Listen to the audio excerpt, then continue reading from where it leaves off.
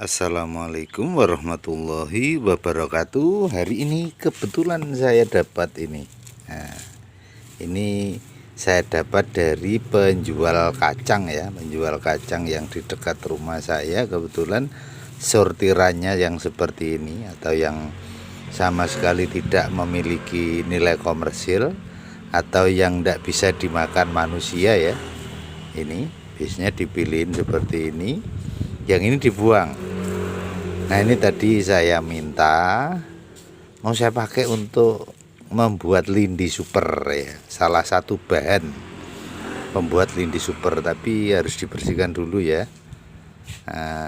Sampah-sampah plastiknya seperti ini ya. Kerikil-kerikil atau batu kecil-kecilnya kita bersihkan. Kalau kulitnya gimana, enggak masalah. Jadi kulitnya masih bisa ditoleransi ya. Jadi salah satu bahan lindi super walaupun tidak banyak. Kalau banyak ya sulit untuk membuat pupuk lindi dari bahan kulitnya.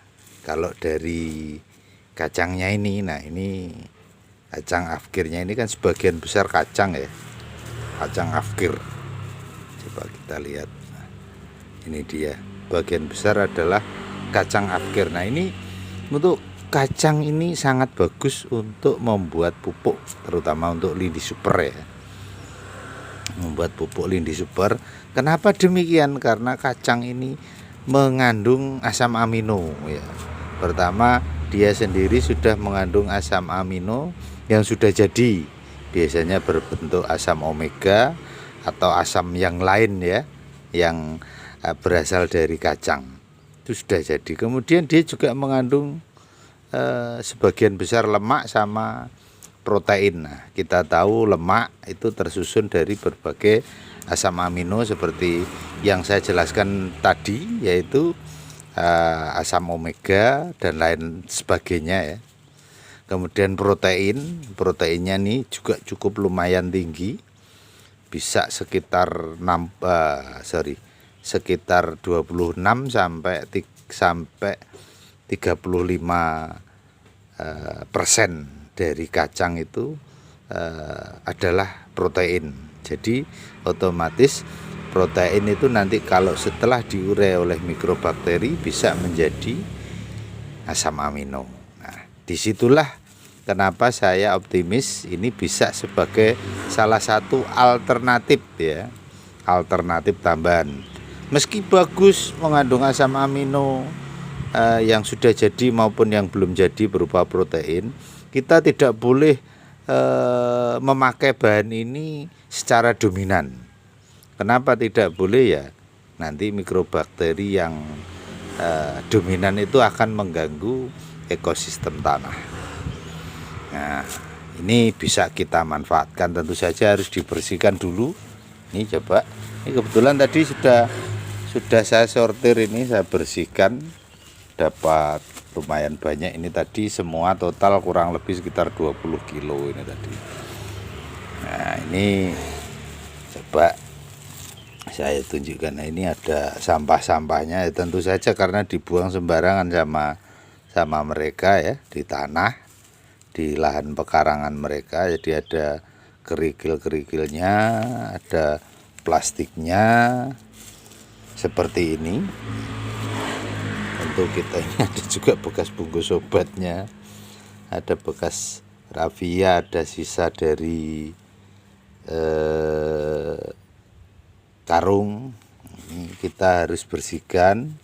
Gimana kalau masih tercampur batunya? Enggak apa-apa kalau cuma sedikit. Kalau banyak ya kita bersihkan, kita ambil, kita buang.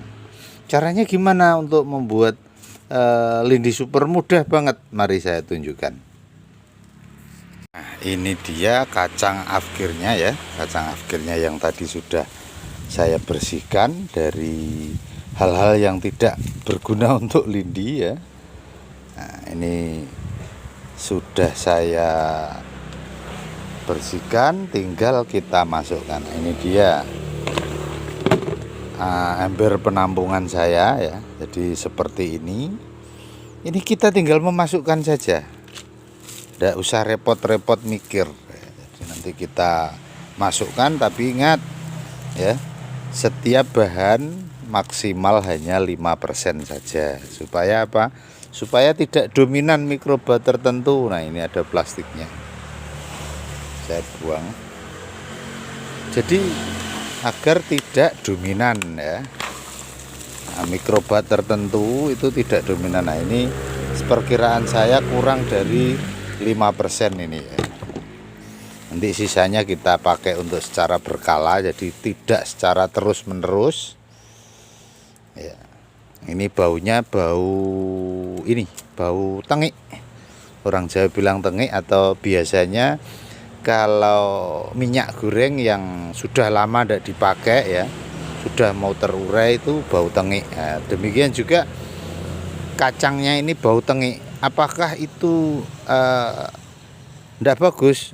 Tentu saja, karena lemak atau minyak yang dikandung oleh kacang ini sudah mulai terurai dengan bau, tandanya bau tengik tadi, otomatis malah akan lebih cepat. Jadi kalau sudah bau tengik seperti ini, artinya kacangnya sudah mulai terproses penguraian.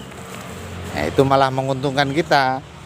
Yang habis dibuang sama pedagang kita ambil ya, sudah beberapa hari dibuang, kita ambil, kita manfaatkan untuk membuat pupuk. Nah, itu akan lebih cepat berprosesnya karena sudah bau tengik itu tadi, karena sudah mulai diurai oleh mikrobakteri.